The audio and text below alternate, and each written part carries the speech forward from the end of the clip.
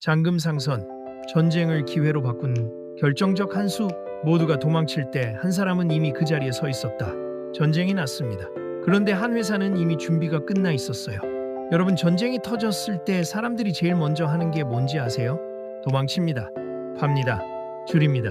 공포가 시장을 지배하면 대부분의 사람들은 손해를 감수하면서도 일단 빠져나가려고 해요. 그게 인간의 본능이거든요. 일단 살고 보자는 거죠. 그런데 말이에요, 세상에는 딱 한 종류의 사람들이 있습니다. 바로 그 혼돈의 순간에 이게 내가 기다리던 순간이구나 라고 생각하는 사람들. 오늘 제가 얘기할 장금상선이 정확히 그런 회사예요. 이 회사는 전쟁이 터지기 훨씬 전에 이미 게임을 다 끝내놨어요. 준비를 해놨다는 뜻이 아니에요. 돈을 다 벌어놨다는 뜻이에요. 4조 5천억이라는 규모의 베팅을 아무도 이해 못할 때 했고, 세상이 그 이유를 알게 됐을 땐 이미 게임이 끝난 후였습니다. 어떻게 이게 가능했을까요? 오늘 그 얘기 같이 해봐요. Chapter 1. 모두가 오른쪽으로 갈 때 혼자 왼쪽으로 갔다. 코로나 이후에 전 세계 물류 시장이 완전히 뒤집어졌어요. 기억하실 거예요. 배에 짐이 못 실리고 항구에 컨테이너가 쌓이고 운임이 천정부지로 오르던 그 시절. 그때 해운 시장의 분위기는 딱 하나였어요. 컨테이너가 돈이다. 모두가 같은 방향을 보고 있었어요. 2022-2023년 해운 시장 분위기. 컨테이너선 발주가 폭발적으로 늘었고 모든 회사들이 거기 몰렸습니다. 당연한 거예요. 돈이 거기서 나오고 있었으니까. 그런데 장금상선의 회장 정태수는 정반대 방향을 봤어요. 원유다. 그것도 VLCC다. VLCC가 뭔지 아세요? Very Large Crude Carrier. 초대형 원유 운반선이에요. 배 한 척의 길이가 300m가 넘어요. 아파트 단지 한 블록 정도 되는 크기예요. 그 배를 중고로 대거, 그것도 무려 4조 5천억 규모로 쓸어 담은 거예요. 이게 어느 정도 규모냐면 웬만한 국내 중견기업의 전체 자산 규모를 훌쩍 넘는 금액이에요. 그 돈을 단 한 방향에 올인한 겁니다. 4.5조. VLCC 중고선 확보 규모 단일 방향 집중 투자. 저는 이 결정을 처음 접했을 때 솔직히 좀 충격이었어요.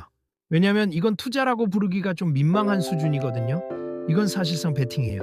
아무도 안 가는 방향으로 전 재산에 가까운 돈을 거는 것. 근데 중요한 건 이거예요. 이분은 아무 근거 없이 이 결정을 한 게 아니에요. 거기에는 확신이 있었어요. 그 확신이 뭔지 지금부터 같이 들어가 볼게요. Chapter 2. 왜 이 선택이 미쳤다고 불렸나? 당시 시장의 분위기를 한 줄로 요약하면 이래요. 유조선은 끝났다. 2022-73년 해운업계 공통인식. 왜 그런 얘기가 나왔냐면 이유가 꽤 명확했거든요. 첫 번째, 친환경 정책이에요. 전 세계가 탄소 중립을 외치면서 원유는 곧 수요가 줄어들 거라는 전망이 지배적이었어요. ESG가 대세가 됐고 국제해운기구에서도 탄소 규제를 강화하는 방향으로 가고 있었죠. 두 번째, 원유 수요 둔화 전망이에요. 전기차가 보급되고 재생에너지가 늘어나면서 원유 소비 자체가 장기적으로 줄어들 거라는 분석이 많았어요. 세 번째, 실제로 유조선 운임이 바닥을 기고 있었어요. 돈이 안 되는 시장이었던 거예요. 그러니까 다들 유조선을 팔거나 줄이거나 신규 투자를 꺼리는 분위기였죠. 당시 시장이 유조선을 외면한 세 가지 이유. 친환경 탄소 중립 기조 확산으로 원유 시대의 종말 선언, 전기차 재생에너지 보급 원유 장기 수요 감소 전망, 유조선 운임 실제 침체 현금 흐름 악화, 모두가 버리는 시장.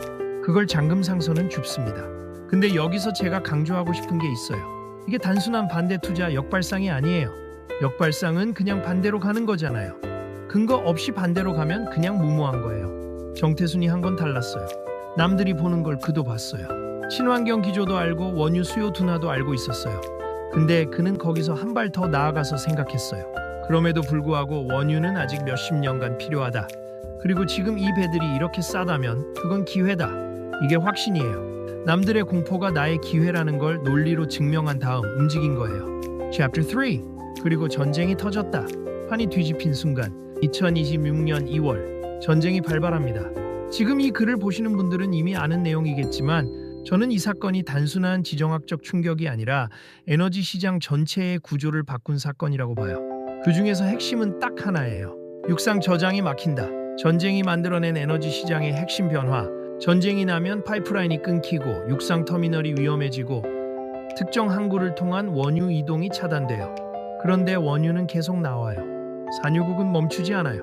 그럼 원유가 어디로 가야 하냐고요? 바다로 갑니다. 유조선이 단순히 운반하는 배가 아니라 떠다니는 창고가 되는 거예요. 해상 원유 저장, 즉 플로팅 스토리지라고 부르는 방식으로 전환되는 거죠. 전쟁 이후 VLCC에 벌어진 일, 육상 저장, 인프라 마비, 해상 저장 수요 폭발적 증가, 원유 운반 수요, 저장 수요 동시 급증, 운임 폭등, 보관료 폭등, 선박 가용 수량 부족, 빈배 한 척의 가치가 순식간에 수백억 이상으로 뛰어오름. 이게 얼마나 큰 변화냐면 단순하게 생각해봐도 알 수 있어요. 원래 유조선은 원유를 A에서 B로 옮기는 역할을 해요. 그 운임을 받아요. 근데 갑자기 우리 배에 원유 좀 그냥 실어놔도 돼요? 라는 수요까지 생기는 거예요. 운반도 하고 저장도 하고 두 가지 수익이 동시에 들어오는 구조. 그리고 배의 수는 한정돼 있으니까 있는 배들은 더 비싸지는 거예요. 잠금상선은 이미 그 배들을 잔뜩 들고 있었습니다. Chapter 4. 미리 준비된 자 리어스. 그때 움직인 자. 이 순간이 진짜 중요해요. 전쟁이 나고 나서 두 종류의 사람이 생겼어요. 그때 움직인 자. 뉴스 보고 유조선이 뜨겠구나 깨달음. 배 구하러 시장 뒤짐. 배가 없네. 운임이 너무 올랐네. 비싸게 샀거나 아예 못 들어감. 미리 준비된 자 잠금상선. 이미 VLCC 대규모 확보 완료. 빈배 해상 대기 상태. 즉시 투입 가능한 상태. 수익 창출 시작. 이 차이가 얼마나 큰지 좀 직관적으로 설명해 볼게요. 마트에서 갑자기 쌀이 부족해진다고 해요. 그때 쌀을 사러 가면 이미 늦잖아요. 근데 한 달 전에 이미 쌀을 창고에 쌓아놓은 사람은요? 팔면 돼요. 그것도 2배, 3배 가격에. VLCC 시장이 딱 그 상황이었어요. 운임이 얼마나 올랐냐고요?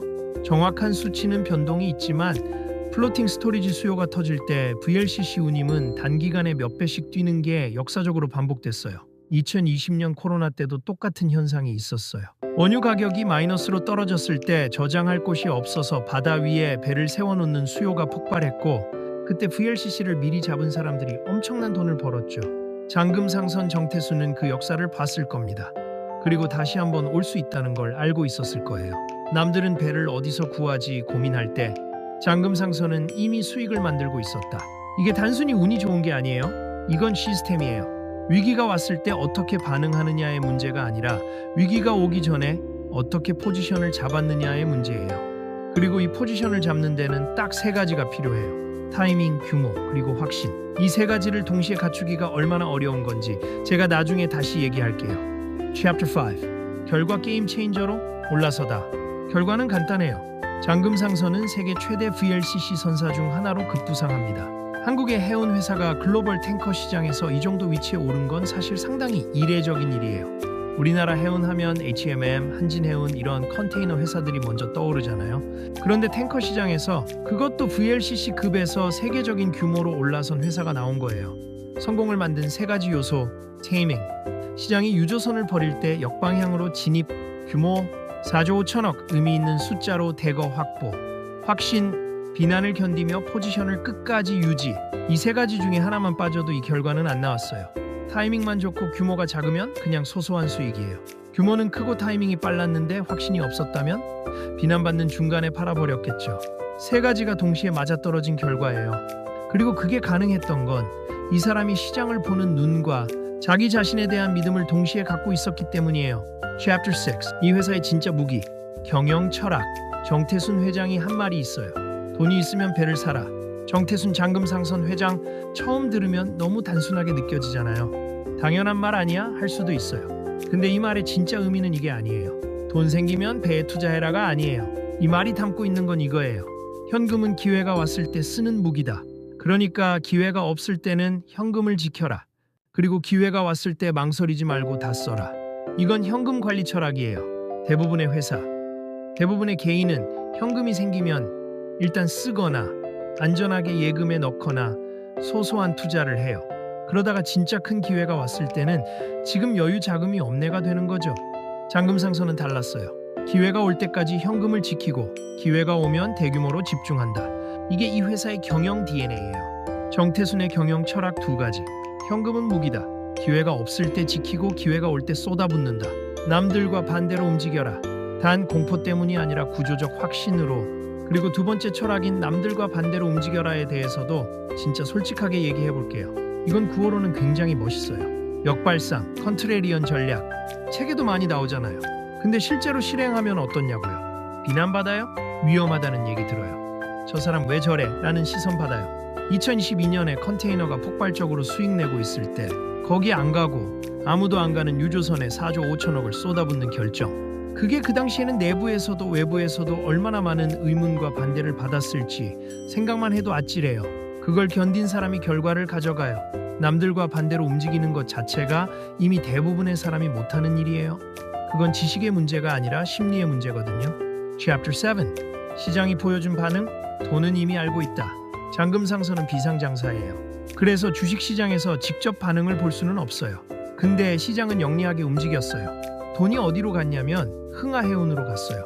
흥하해운은 잠금상선과 관련이 있는 상장 해운사예요. 잠금상선의 성장 스토리에 대한 기대감이 관련주로 흘러들어갔고 주가가 올랐어요. 이게 중요한 시그널이에요. 투자자들이 이렇게 판단한 거예요. 이 흐름은 아직 시작일 수 있다. 시장의 판단. 전쟁이 지속되는 한 원유 해상 운송과 저장 수요는 계속 높은 수준을 유지해요. 그리고 그 수혜를 가장 직접적으로 받는 건 이미 배를 확보해 놓은 회사들이죠. 시장은 미래를 선반영해요. 지금 주가가 움직이고 있다면 그건 앞으로의 수익을 이미 당기고 있다는 거예요. 그 수익의 주인공이 누구냐, 그 배경이 뭐냐를 이해하면 투자에서도 사업에서도 더 나은 판단을 할 수 있어요.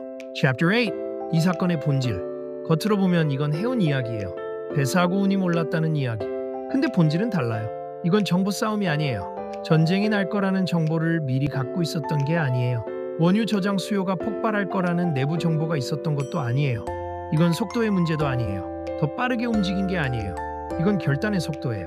더 정확히는 결단을 내릴 수 있는 확신의 깊이예요. 정보는 누구에게나 공개돼 있었어요. 친환경 트렌드도 알고 유조선 운임 침체도 알고 시장이 컨테이너로 몰리는 것도 알고 있었어요. 그 정보를 가지고 그래서 어떻게 해석하느냐가 달랐던 거예요. 누가 더 빨리 알았느냐가 아니라 누가 더 깊이 생각했느냐의 차이다. 이건 저한테 굉장히 울림이 있는 얘기예요. 우리는 종종 정보를 더 빨리 얻으려고 노력해요. 뉴스를 더 많이 보고 유튜브를 더 많이 구독하고 정보 채널을 늘려요. 근데 사실 필요한 건 그게 아니에요. 이미 있는 정보를 어떻게 해석하느냐, 그 해석을 행동으로 연결할 수 있는 확신을 어떻게 키우느냐, 그게 진짜예요. Chapter 9. 반드시 가져가야 할 한 문장. 이 영상 보시면서 여러 가지 얻어가시겠지만 딱 하나만 기억해 가셔도 충분해요. 기회는 위기 속에 있는 것이 아니라 준비된 사람의 손에 있다. 잠금상선에게 전쟁은 위기가 아니었어요. 이미 준비가 끝나 있었으니까요. 위기가 기회가 되는 게 아니에요. 위기는 그냥 위기예요. 근데 준비된 사람한테는 그 위기가 기회처럼 보이는 거예요. 이 둘은 완전히 달라요. 전자는 운의 문제고 후자는 선택의 문제예요. 여러분은 지금 어떤 준비를 하고 있으세요? Chapter 10 Outro. 고수는 이렇게 움직인다. 마지막으로 이 얘기 꼭 하고 싶었어요. 초보와 고수의 차이. 초보의 움직임. 뉴스를 보고 판단한다. 시장 흐름을 따라간다. 안전한 선택을 한다. 결과를 보고 나서 움직인다. 고수의 움직임. 구조를 본다. 미래를 가정한다. 지금 비난받는 선택을 한다. 결과가 나오기 전에 이미 움직인다. 뉴스를 보고 판단하는 사람은 항상 늦어요. 뉴스가 나왔다는 건 이미 그 정보가 가격에 반영됐다는 거거든요. 유조선 폭등 뉴스가 나왔을 때 유조선 사면 늦은 거예요.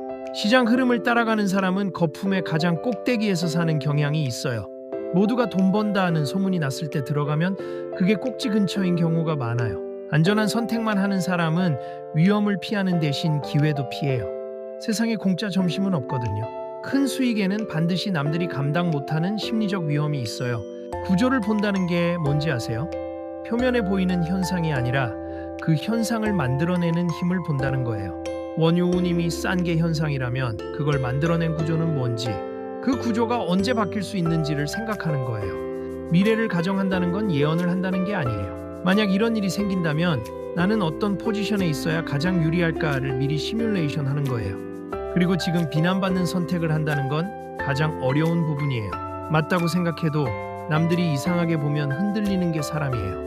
그 흔들림을 견디는 게 고수와 초보의 차이예요. 지식이 아니라 멘탈이에요. 지금 당신은 이미 만들어진 길 위에 서 있는가? 아니면 아무도 가지 않은 길 앞에 서 있는가? 이 질문이 불편하게 느껴지는 분이 있을 거예요. 나는 안전한 길을 가고 싶은데 라고. 그것도 괜찮아요. 인생에서 모든 선택이 역발상일 필요는 없어요. 근데 적어도 이걸 알고 있어야 해요. 지금 내가 서 있는 곳이 어딘지, 내가 따라가고 있는 흐름이 이미 다 형성된 흐름인지, 아니면 아직 아무도 주목하지 않는 흐름인지, 그 인식 하나만 있어도 다음번에 기회가 왔을 때 전혀 다른 결정을 내릴 수 있어요. 잠금상선은 우리한테 해운 이야기를 가르쳐 준 게 아니에요. 어떻게 생각하고 어떻게 준비하고 어떻게 실행하는지를 보여준 거예요. 오늘 이 영상이 여러분한테도 그런 계기가 됐으면 좋겠어요.